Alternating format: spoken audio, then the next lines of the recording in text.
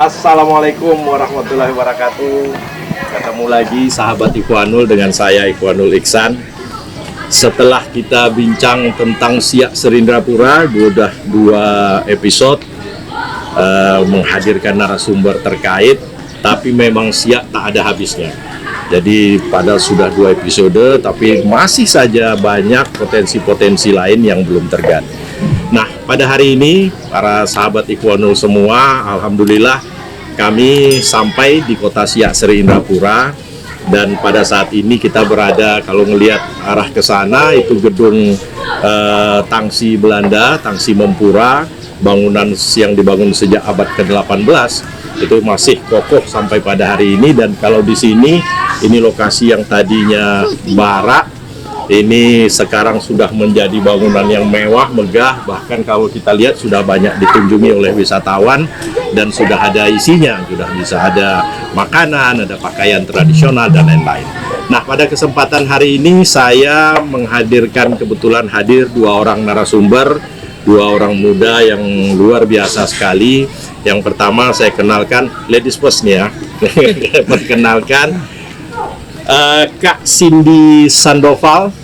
Beliau ini penggiat, seorang arkeolog, sarjana arkeologi, sekarang penggiat pusaka, penggiat yang tapi lebih dalamnya nanti biar beliau sendirilah yang menyampaikan. Tapi secara umum Kak Cindy Sandoval ini sekarang bergerak di bidang kepusakaan, kemudian kebudayaan, kemudian kerajinan dan lain-lain. Kira-kira begitulah secara umum ya. Nah, yang kedua ada Bang Budi Rahmat Ramadan. Assalamualaikum. Waalaikumsalam. Nah, Bang Budi ini juga begitu, tapi kalau saya bilang ini lebih senior lagi dalam tanda kutip dalam masalah ini. Karena sejak dahulu kalau beliau aktif di medsos, saya lihat di Facebooknya banyak eksplor ke daerah-daerah pedalaman, kadang ketemu goa, kadang ketemu batu, kadang ketemu nisan. Nah, ini dikumpulkan. Nah, sampai hari ini alhamdulillah salah satu TACB atau tim ahli cagar budaya di Kabupaten Siak ini. Kemarin udah lulus ya Bang Budi ya. Alhamdulillah. Tinggal nunggu SK dan lain-lain, tapi yang jelas beliau sudah seorang TACB sehingga kita bisa mengeksplor atau kita bisa menggali pendapat, kegiatan dan lain-lain. Nah, karena sahabat Ikhwanul, karena kita berada sekarang di bangunan Tangsi Belanda ini, yang kalau 5 atau 10 tahun yang lalu ke sini ini belum ada apa-apa ini. Bangunan masih sangat hampir tidak tersentuh. Jadi masih ada pohon-pohon liar di jendela, di pintu dan lain-lain. Nah, kira-kira kita ingin tahu. Tapi kalau ngelihat foto-foto lama juga ada lapangan tenis, ada serdadu Belanda latihan baris berbaris.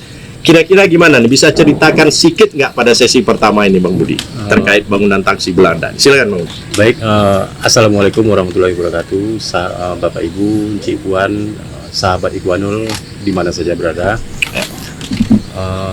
Baiklah Pak Ikhwanul, ini mengenai sejarahnya Pak ya. Sejarah. Tangsi ini dulu, Tangsi.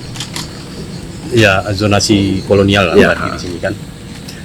Sejarah Tangsi ini sebetulnya Pak, di sini merupakan benteng, kawasan benteng. Jadi yang pertama dibangun tahun 1860 berdasarkan data yang telah kita lakukan semua. Itu awalnya dibangun di depan Tangsi ini Pak, yang kompleks sekarang kompleks Koramil. Nah, itu yang pertama dibangun, dan namanya memang benteng di sini, benteng dan camp tentara, camp tentara. Dan di sini memang berbentuk benteng sebelum ada bangunan Tangsi tahun 1860 itu. Tanahnya dihibahkan oleh Sultan Siak Syarikat I pada masa itu kepada Grambek. Grambek ini orang Belanda. Jadi untuk membuat otoritas Belanda di sini, di bawah Residen Betalis. Nah, kemudian bangunan Tangsi. Jadi sebelum bangun Tangsi ini memang benteng di sini Pak. Benteng gundukan tanah memanjang. Makanya daerah ini disebut benteng ya juga kan gitu ya. Memang di lokasi Tangsi ini. Di sininya Pak. Di sebelah pinggir sungai. Oke. Memang ada bastion, benteng dengan 2 bastion. Nah, kemudian tahun 1890 sesuai data yang sudah kita dapat, dan saya serahkan juga ke Pak Ikhwanul. Kita akan jumpa seatband benteng plan bangunan tahun 1890. Nanti sudah bisa kita pastikan itu dibangun tahun 1990. Ya. Bangunan tangsi Belandanya. Oke. Jadi awalnya memang benteng. Heeh. Nah, yang pertama dibangun itu tuh kem tentara yang sekarang jadi Koramil. Di situ kalau kita lihat sekarang memang ada Bekas gundukan tanah. bukan fondasi bangunan Heeh. dan cetak birunya kita ada sekarang. Iya, iya. Nah, cetak biru dibangun dulu, ada macam mana bangunannya. Sekarang tinggal dekat-dekat kolom itu memang unik fondasinya, Pak. Udah jadi situs lah dia sekarang nih ya. Ya harusnya jadi situs, Pak. Harus jadi nanti. Oke. Uh, Kemudian dibangun tangsi. Kalau kemudian- nggak salah sesudah dibangun tangsi ini ada traktat antara Belanda dengan Kesultanan. Waktu itu Sultan Syarif Hasim yang ke-9 kalau nggak salah ya. Dibangunlah ini, sepakat, maksudnya Sultan setuju dibangun. Lalu fungsinya waktu itu apa itu, Pak? Kalau nggak, karena kalau saya lihat Mang Budi ada tempat penjara, ada tempat rangsum, ada macam-macam fungsinya waktu itu kan. Kira-kira fungsinya tangsi ini dulu apa nih yang dominan waktu itu di awal? kantor tentara, Pak. Kantor. Tentara, kemudian otoritas Belanda di sebagai asisten residen. Heeh.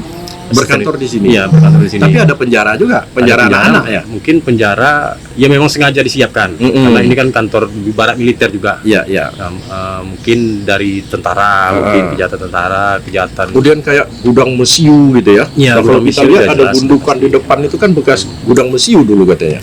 Berarti inilah camp atau pusat kegiatan ketentaraan Belanda pada waktu itu.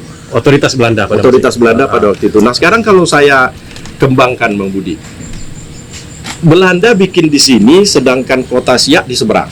Ini istana kan gitu.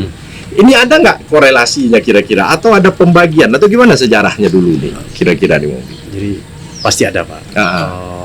Di zaman itu kan sudah ada juga kalau di Kesultanan Datuk Sida-Sida namanya. Kalau sekarang Datuk Sida-Sida ini kepala dinas PU. Oh, iya betul. Jadi kalau di Belanda ada juga tuh, Pak, Departemen Pekerjaan Umum di Belanda pada masa itu. Jadi memang sudah penataan berarti kota master plan-nya memang udah dia susun lah ini Iya. ya. Karena kalau kita lihat nih, apakah Belanda pinginnya lebih mudah memantau kegiatan Siak gitu kan, kegiatan di istana, sehingga mereka bikin daerah mereka itu di seberang istana betul kan gitu.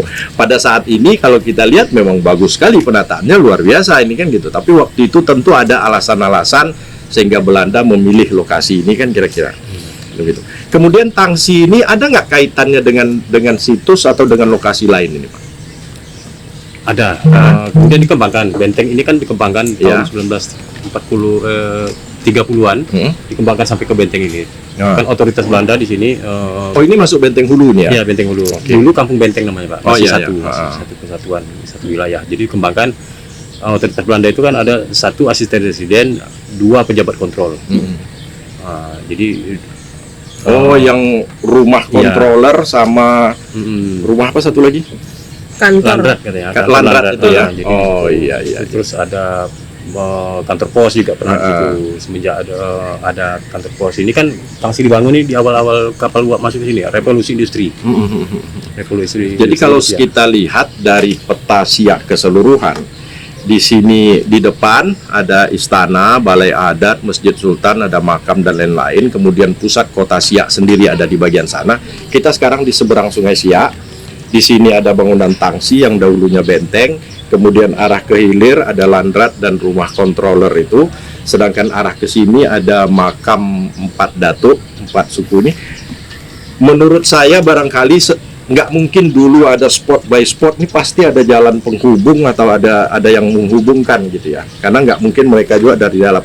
Barangkali itu nih harusnya kemarin saya tanya nih kepala dinas PU-nya, sekarang lagi dibangun skywalk itu gitu ya, barangkali idenya atau ingin merangkai kembali bahwa ini merupakan satu kesatuan sebenarnya kan gitu. Nah sekarang fungsi tangsi ini apa sekarang nih Bang Mudi? Sekarang pada saat ini Sekarang itu di pemanfaatan ya Pak. Iya, Pemanfaatan kan sekarang dikelola oleh Dinas Pariwisata. Oh, Dinas Pariwisata yang kelola. Tapi Dan saya lihat udah ramai juga orang datang ya. udah ramai Pak. Namun perlu ada saran juga nih. Kalau bisa di atas diisi. Oh, yang di atas. Sekarang ini kan Sekarang di orangnya- atas masih kosong. Iya Ya? masih kosong. Tapi kuat nggak itu kalau orang naik ke atas? Kalau waktu di kemarin kita penelitian sekitar 40 orang Pak. Oh, itu ya. Baik. Dikasih. Oke. Jadi sahabat Ikhwanul, dapat saya sampaikan bahwa dulunya tadinya bangunan ini memang sudah lapuk semua ya, karena lantainya juga lantai, pintu, jendela, kayu. Kemudian itu kondisinya udah bukan lapuk tapi udah membahayakan malah gitu. Tapi alhamdulillah atas usaha Pemkab Siak, mungkin di sesi sebelumnya juga udah pernah saya sampaikan bahwa Siak sekarang masuk kota pusaka, salah satu kota pusaka di Indonesia, sehingga ini dibangun, direnovasi, direkonstruksi kembali oleh APBN, jadi melalui Kementerian PUPR, sehingga sekarang kalau kita saksikan bangunannya sudah kokoh kembali dan sudah bisa naik ke atas ya. Kemudian hebatnya Kabupaten Siak tidak hanya mengandalkan APBN, tapi APBD juga sudah sharing budget menyelesaikan bangunan yang kalau kita lihat di samping ini. Jadi tadinya 2 bangsal ini yang masih tersisa, yang itu habis sama sekali. Sehingga itu diperlihatkan bahwa dulunya bangunan di sebelah ini sama fungsinya, barak, tempat tentara makan, tempat tidur dan lain-lain gitu. Sahabat Ikhwanul, kita tinggalkan kota pusaka, kita tinggalkan dulu kegiatan perkembangan lainnya. Tapi ada satu quote, ada satu kalimat bahwa kegiatan sebagus apapun perencanaan, sebanyak apapun uang kita untuk membangun kembali terkait bangunan-bangunan lama dan kota tua atau heritage potensial ini, potensi heritage yang ada ini, tanpa hadirnya komunitas yang menggagas, yang mengajak, yang mensosialisasikan, termasuk yang melaksanakan, itu pasti nol lagi gitu. Jadi nggak mungkin potensi ini dikelola oleh Pemda 100%. Itu saya pikir hampir di semua kota tua selalu ada unsur komunitasnya. Nah, komunitas yang seperti ini banyak, di Siak banyak, ada beberapa komunitas. Tapi pada hari ini, inilah kita hadirkan. Saya panggil kakak sama abang aja. Saya nggak panggil mbak, nggak panggil ibu, nggak panggil bapak. Jadi Kak Cindy ini salah satu penggiat, karena saya lihat juga selama ini di media sosial beliau aktif, kemudian di beberapa seminar lokal, nasional, bahkan seminar internasional juga menjadi narasumber terkait dengan kegiatan yang ada di Siak. Boleh diceritakan Kak Cindy, kira-kira apa yang sudah dibuat nih Kak untuk Siak ini sekarang? Iya, bercerita tentang komunitas, bercerita juga tentang ownership, kepemilikan budaya gitu ya. Jadi berawal dari ketika saya lulus di 2018, saya balik ke Siak. Memang berarti asli orang Siak nih ya? Iya. Sama lah dengan lahir di Siak. Iya. Oke.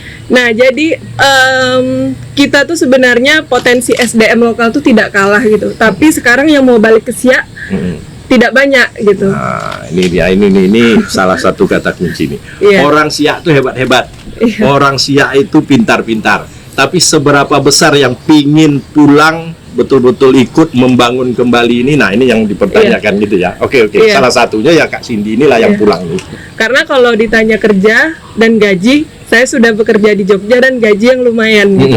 Tapi saya memilih kembali ke Siak karena waktu itu di Siak belum ada arkeolog. Jadi saya rasa perlu, karena dengan potensi yang sekian banyak. Jadi lebih kepada panggilan ini panggilan ya. Jadi saya rasa perlu untuk mengembangkan lebih luas lagi, karena bicara soal heritage bukan bicara soal buildingnya. Iya. Jadi Tidak bicara hanya building. Iya, jadi bicara tentang ownership tadi, bagaimana masyarakat itu berusaha peduli, tahu dan memiliki, Merasa juga memiliki, ya. bangga atas tinggalan nenek moyang yang ini merupakan jati diri yang luar biasa gitu. Oke. Jadi dari situ balik itu ternyata apa yang saya cita-citakan, saya impikan, saya merasa orang akan menerima dengan tangan lapang gitu. Ternyata tidak gitu. Di awal ya. Iya. Saya aja saya lulusan UGM, saya bangga kalau ngomong saya UGM gitu, dan orang pun bangga. Tapi ketika ditanya jurusan apa, arkeolog, bekerut kan nih orang. Apa arkeolog? Apalah arkeolog nih kan gitu kan. Hebat ya kuliah UGM, jurusan apa? Mungkin orang tuh berharap saya jawab hukum, kedokteran, atau ekonomi gitu ya. Atau teknik kali ya. Arkeolog apa tuh ya gitu. Nah, jadi ternyata itu tantangan besar gitu. Di awal pergerakan, karena saya fokusnya di pergerakan anak muda, ternyata saya perlu mini riset gitu. Saya perlu ada penelitian kecil tentang sebenarnya isu apa sih yang sedang didiskusikan anak-anak muda, apa yang mereka sukai gitu. Akhirnya saya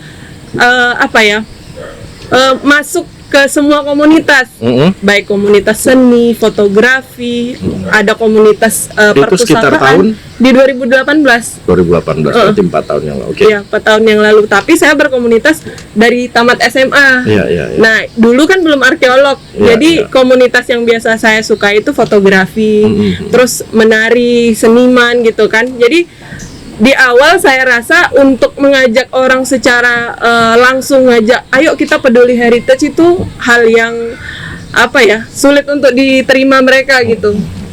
Akhirnya saya lihat di Siak sekarang sudah anak-anak muda sudah mulai terbuka terkait isu lingkungan karena adanya krisis iklim dan sebagainya. Jadi kita melihat pergerakan itu kita harus cari sama dulu visinya gitu. Oh ternyata mereka lebih lebih aware. Kita nih harus bergerak ke arah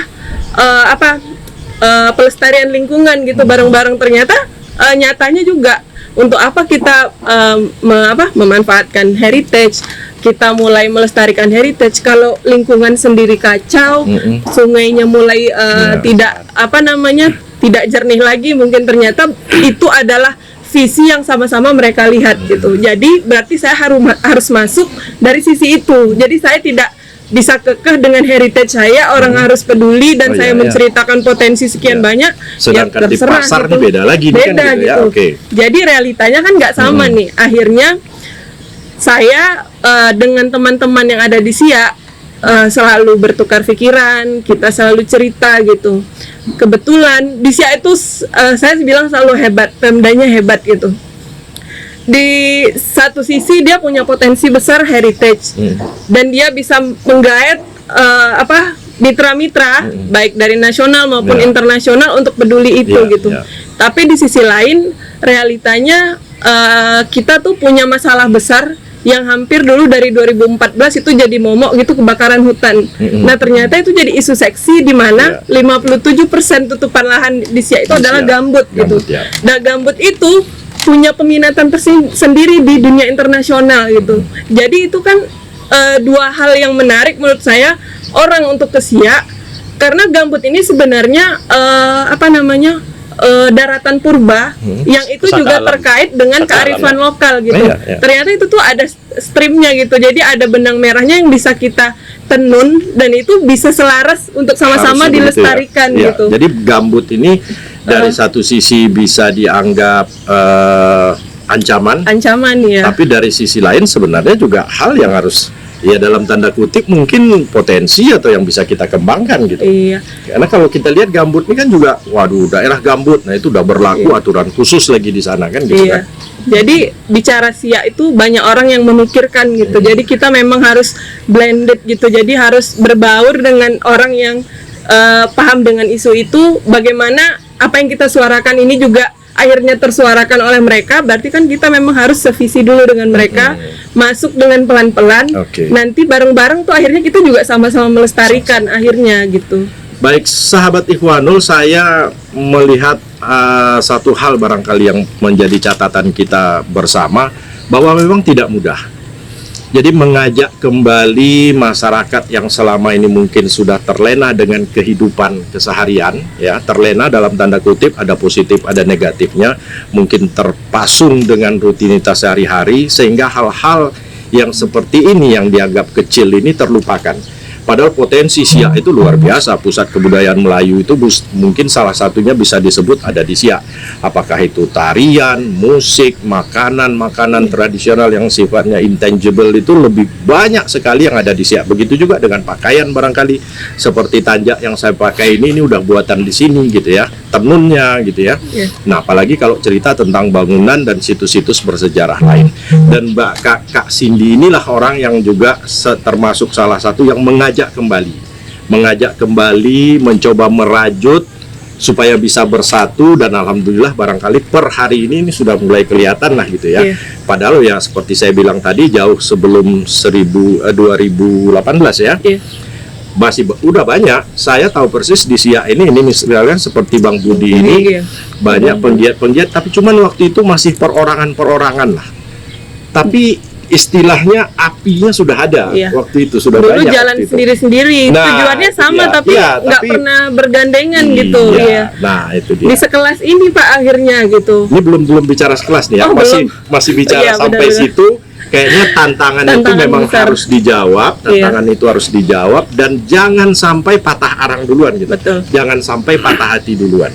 1 bulan 2 bulan ngajak, dicemeh orang, diejek orang, langsung balik lagi, ini nggak akan jalan kan gitu. Iya. Nah, jadi bagaimana problem solvingnya menghadapi masyarakat banyak. Nah ini salah satu kita belajar dari Kak Cindy ini, begitu ya, dengan dari Bang Budi.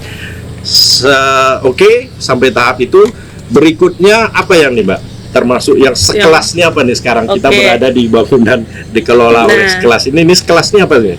Sekelas padahal saya udah itu- tua, ini masih muda, ini Iya. tapi sekelas pula dibilang kan? Iya. Sekelasnya apa? Ya? Sekelas ya.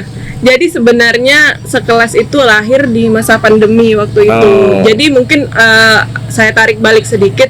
SIA itu di tahun 2017 juga sejalan dengan Kota Pusaka, dia sama-sama juga membuat sebuah perda yang diberi nama SIA Hijau. Iya. Ya, mungkin Bapak juga tahu ya SIA Hijau. Nah, jadi di SIA Hijau itu secara struktural organisasi mitranya ternyata lebih kompleks. Mereka tidak hanya bercerita soal pelestarian lingkungan tapi juga pelestarian komunitas, sama nih di Kota Pusaka. Bedanya ini Iya, ada- nggak nggak apa-apa. Tandanya kita berada di sungai. Sungai, benar. Kita nikmati saja, masih banyak kapal-kapal kayu tongkang lama yang lewat sini. kan, gitu Iya. ya. Nah, Oke, terus? bedanya itu di Perda SIA Hijau ini ada kabupaten anggota yang disebut dengan Lingkar Temu Kabupaten Lestari, LTKL gitu. Nah, SIA adalah termasuk salah satunya dari 9 kabupaten anggota. Nah, di sana SIA itu di-challenge gitu untuk membuat sebuah komunitas yang harus bergerak di daerah. Jadi anak-anak muda lokal yang memang harus ada wawasan kelestarian, baik apapun itu, karena lestari itu ngomong kearifan lokal. Jadi apa sih yang identik dengan daerah kita, bedanya dari daerah lain gitu. Nah, akhirnya saya jadi berpikiran bahwa ini adalah kesempatan yang baik untuk saya yang awalnya bergerak sendiri di bidang heritage, bertemu teman-teman yang lain yang sudah lebih dulu bergerak di isu Yang 9 lingkungan. kabupaten tadi ya. Bukan 9 kabupaten hanya anggota, tapi di SIA sendiri kan Oh, kita di SIA, oke. punya komunitas Ya, ya, gitu. Jadi dari LTKL itu seperti ada mandat gitu. Komunitas yang ada di lokal itu perlu ditingkatkan kapasitasnya, perlu di ruang membuat sebuah sentra gitu kan. Dan fokus sendiri di LTKL itu mengubah bagaimana bisnis-bisnis ekstraksi yang biasanya mengambil secara seluruhnya sumber daya alam ini diubah menjadi bisnis-bisnis yang lebih lestari gitu. Nah, di SIA sendiri anak muda lokalnya diberi kesempatan nih. Ini kan baru selesai dibangun di 2018 ya, Iya, Pak, menjelang 2019 akhir. akhir gitu. Nah, di sana bangunan itu kan biasanya setelah dibangun pemanfaatannya apa gitu. Iya, Mungkin Pak biasanya Arya itu dulu yang tinggal sering gitu kan. bilang kan Iya, pemanfaatannya iya, apa iya. gitu. Nah, di sanalah mungkin pemerintah berpikir anak-anak muda nih bisa dikasih kesempatan gitu untuk membuat sebuah gerakan yang diberi wadah gitu ya. Jadi bangunan ini, kalau saya pribadi, kalau dibalikkan ke background ilmu saya, ini placemaking gitu. Jadi di arkeologi itu mengenal namanya arkeologi publik. Pelajaran itu yang sampai hari ini saya rasa paling sulit untuk direfleksikan oleh arkeolog-arkeolog di Indonesia. Jadi udah kesibuk lebih banyak penelitian, lebih banyak mengurusi soal sejarah, tapi lupa nih mentransfer ke masyarakat itu seperti apa gitu. Jadi ini jadi pemantik untuk saya. Inilah berdirinya sekelas ini. Iya, jadi bareng teman-teman akhirnya kita founding fathernya Ada berapa bersembilan. orang kira-kira? Bersembilan. 9. Sekarang Masih bersembilan karena kita dibentuk memang di-create gitu ya, bukan secara tiba-tiba kita hadir. Jadi kita bersembilan itu memang diberi pemahaman yang sama, dites psikologinya bareng-bareng. Jadi kan kita tiap orang nih harus saling menguatkan. Jadi kita tahu nih saya kelebihannya apa, kekurangannya apa, teman yang sebelahnya juga kelebihan dan semacam kekurangannya assessment apa. lah untuk melihat pemetaannya kan gitu. Nah, jadi dari kita bersembilan itu ternyata potensinya beda-beda, akhirnya itu yang menguatkan gitu. Jadi kan kadang kita membuat komunitas itu selalu memaksakan si satu orang tuh bisa marketing, bisa branding, bisa ngerjakan semua, ternyata nggak gitu. Saya pinternya marketing, kalau disuruh administrasi saya lemah Bisa, gitu. ya. Nah disitulah Salahkanlah sama yang ada di bidang. jadi bersembilan itu ternyata punya potensi yang Masih, beda-beda, ya. Oke. dan lahir sekelas ini juga berkat bantuan Perda itu sebenarnya. Kalau nggak ada Perda Siak Siak Hijau tadi, Hijau itu juga mungkin nggak akan ada Jadi gitu. kepanjangannya apa nih sekelas ini tadi? Sentra Kreatif Lestari Siak. Sentra Kreatif. Iya, Lestari jadi Siak. kita tidak mengunci kata-kata heritage itu ya. Jadi yang bisa namanya bergerak di bidang apalah. iya, yang namanya Termasuk pelestarian kreatif, ya. kreatif kita Kreatif terima. dan pelestarian. Mau filming, mau seni, Bapak Oke. tadi bilang kuliner. Jadi teman-teman semuanya akhirnya bisa bergerak. Makanya tadi Bapak bilang saya sempat seminar di internasional, itu yang mereka lihat. Jadi pola pikir yang agak beda gitu. Bangunan heritage biasanya di luar negeri itu inline gitu loh, difungsikan untuk soal-soal heritage juga Iya, gitu. iya. Di Siak ini kok bisa balance gitu. Jadi bicara keseluruhan masyarakat tuh bisa disatukan di bangunan heritage gitu. Jadi Oke. hal-hal yang umum juga ternyata tuh diterima masyarakat lebih mudah gitu. Oke, Sita sahabat Ikhwanul, kalau saya lihat memang kita dapatkan banyak informasi.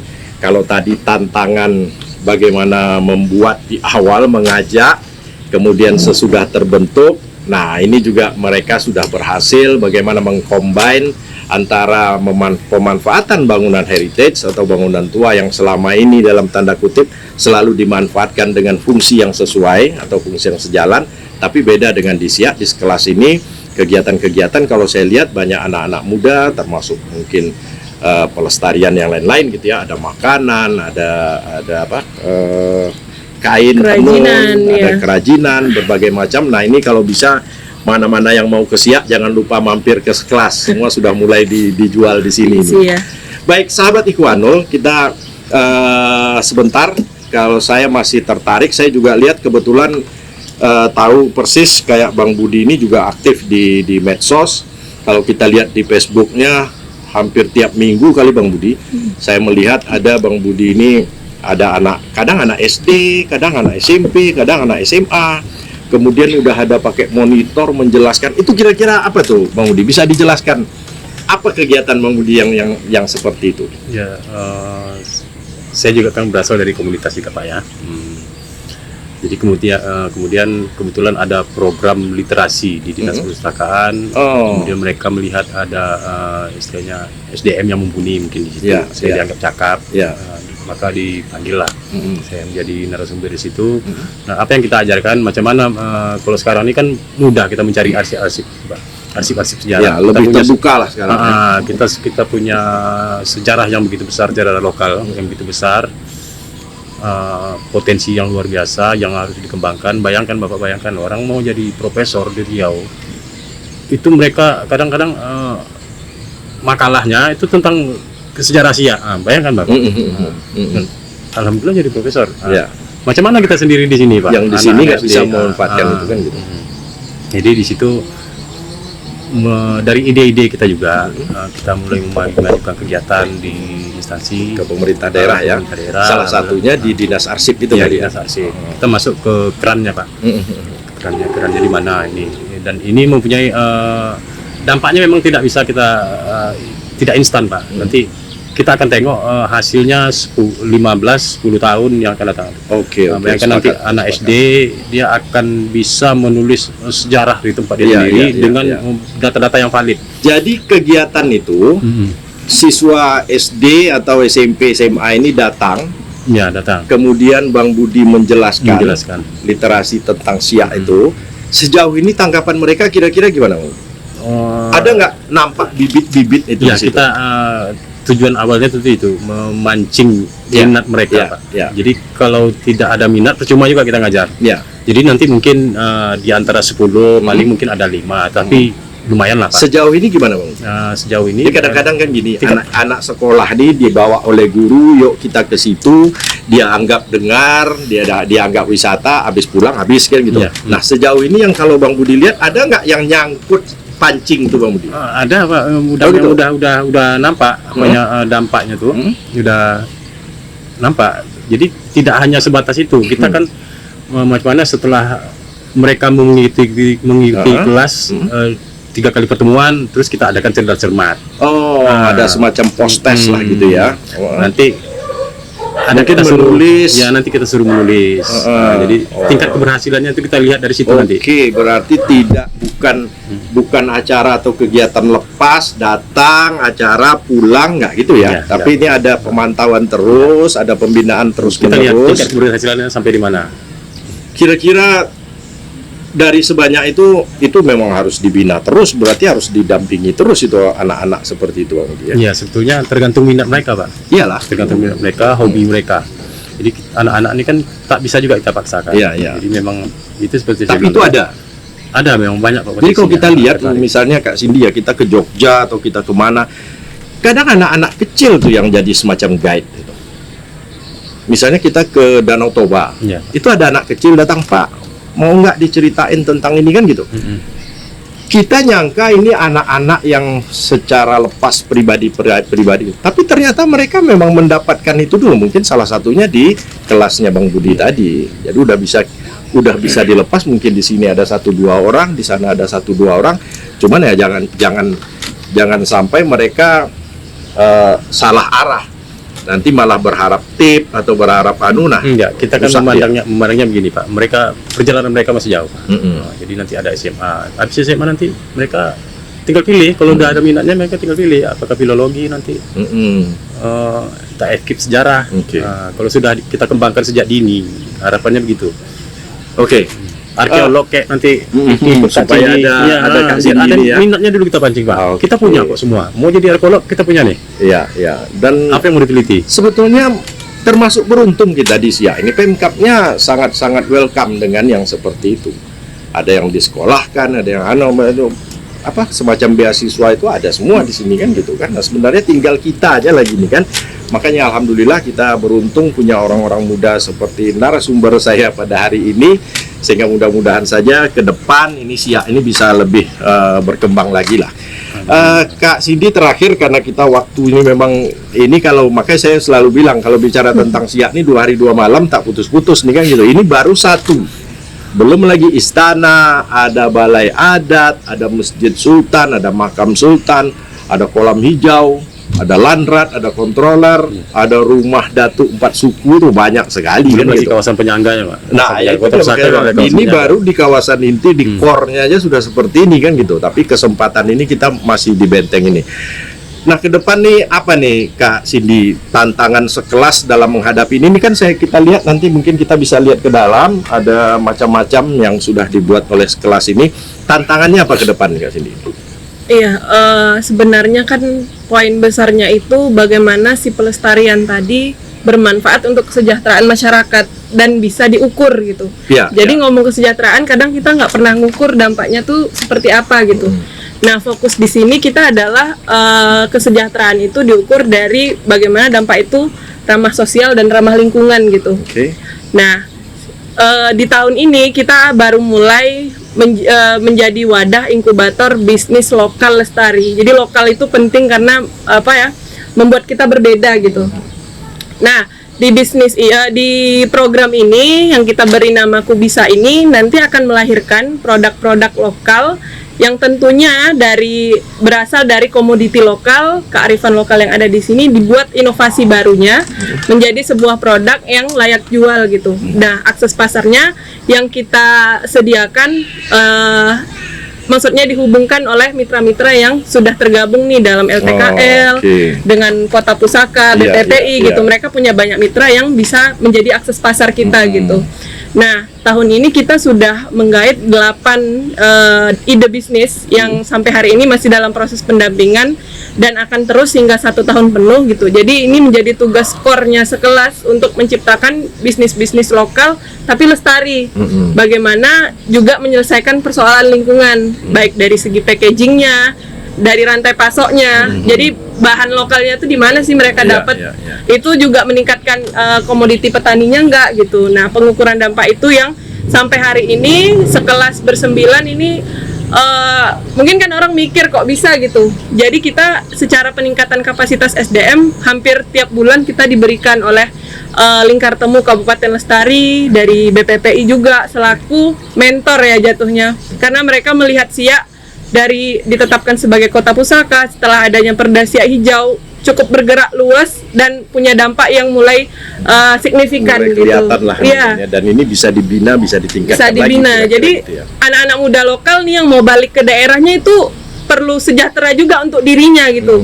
Jadi kedepannya anak-anak muda lokal yang sudah sudah bergabung di sekelas dan saya sendiri pun sudah 100% bekerja di sekelas gitu. Sekarang Kemarin ya, jadi Kemarin sempat di PNS juga kalau nggak salah ya. iya, saya di sempat kantor pemerintahan dinas, gitu ya. sempat di dinas. Jadi menurut saya secara peningkatan kapasitas itu dinomorsatukan, secara finansial kesejahteraan juga lumayan gitu. Jadi nanti Dorongan Pemda selama ini? dorongan Pemda, kalau menurut saya salah satunya bangunan ini tuh udah jadi satu hal yang paling udah, prestis ya, oke, gitu. oke. Kalau nggak ada tempat ini mungkin kita nggak tahu Susah bisa juga kita jalan mau atau gimana enggak gitu. gitu ya. Perda lagi. Jadi memang tugasnya pemerintah di sini ya cukup regulasi dan peraturan yang memudahkan kita untuk bergerak gitu. Oke, baik. Sahabat Ikhwanul, tidak terasa sudah hampir 50 menit juga ini kita bincang-bincang ini. Jadi barangkali terakhir saya minta semacam closing statement dari Bang Budi Rahmat Ramadan. Kira-kira ke depan apa nih harapan singkat saja, barangkali simpel saja, atau harapan untuk Siak ini, silakan Bang Budi. Ya, kalau harapan Pak, kebetulan kita di sini di ruang yang dimanfaatkan oleh sekelas, dan apa yang dimanfaatkan oleh sekelas ini sebenarnya amanat undang-undang Pak. Undang-undang Cagar Budaya juga mengamanatkan pemanfaatan bisa dikelola oleh siapa saja. Dalam hal ini mungkin bisa ke komunitas perorangan. Nah, moto kawan-kawan di sekelas ini kebetulan gotong royong Mencintai Siak. gotong royong mencintai Siak. Diingatkan Jadi, nih oleh Bang Budi. kita ingatkan sekali lagi Gotong royong mencintai Siak. ya secara positif lah Pak. Ya. Kalau tidak bersama ini nggak bisa, kira-kira Nggak gitu ya. jalan. Harus Apa yang kita teriak-teriakkan mungkin di Siak ini kan banyak komunitas Pak, tidak bisa dihitung dengan jari. Komunitas pelestari budaya kan orang kita didapin gitu. Ada juga yang jalan sendiri-sendiri solo Iya. karir. Saya lihat kalau malam di waterfront itu banyak yang menari, ada musik tradisional, masih ada yang zapin, masih ada gambus, itu masih banyak di Siak ini sebetulnya. Nah, jadi ya seperti moto sekelas tadi Pak. Iya. Itu saja harapan kita. Mari kita Oke. sama-sama Ya. gotong royong mencintai Siak. Gotong royong mencintai Siak. Apapun caranya. Kita punya gaya style seperti kata Pak Edwin kemarin, kita punya style masing-masing. Tapi tujuan kita sama ya Cin ya. Ya. Oke. Nah, terakhir Mbak Cindy ada yang mau disampaikan? Simple saja. Apapun itu silakan closing statement. Anak muda itu cukup diberi ruang, diberi kepercayaan, dan dia pasti akan berkarya dengan maksimal. Terima kasih. Wah, itu kalimat penutup yang harusnya kita beri aplaus. Karena anak muda ini barangkali berarti memang ruang dan kepercayaan itu yang masih minim barangkali. Saya pikir demikian sahabat Ikhwanul, banyak hal barangkali yang masih bisa kita gali, tapi lagi-lagi memang waktu sangat terbatas, sehingga saya tidak menyimpulkan apa yang kami perbincangkan pada hari ini. Kami berharap ada multiplier efeknya, bisa bermanfaat bagi semua orang, bagi semua daerah, apalagi di Riau. Kalau kita lihat nih, walaupun banyak juga komunitas, banyak yang bergerak, tapi yang memang sudah dilembagakan dan sudah menasional bunyinya hanya Siak Serindrapura. Kita berharap kabupaten lain juga bisa demikian. Ya, kalau mau kabupaten lain mau jadi kota pusaka Pak, ngajukan proposal itu dibanding Siak. Iya, jadi bisa dibanding ke Siak karena di sini memang TACB-nya sudah banyak, yang dari Siak sudah banyak ya. Sekarang tim ahli cagar budaya sertifikasi, bersertifikat semua sudah, salah satunya sekarang sini belum Sudah lulus juga. Sudah lulus, berarti dua-duanya tenaga ahli cagar budaya. Demikian saja sahabat Ikhwanul, terima kasih. Billahi taufiq wal hidayah. Wassalamualaikum warahmatullahi wabarakatuh.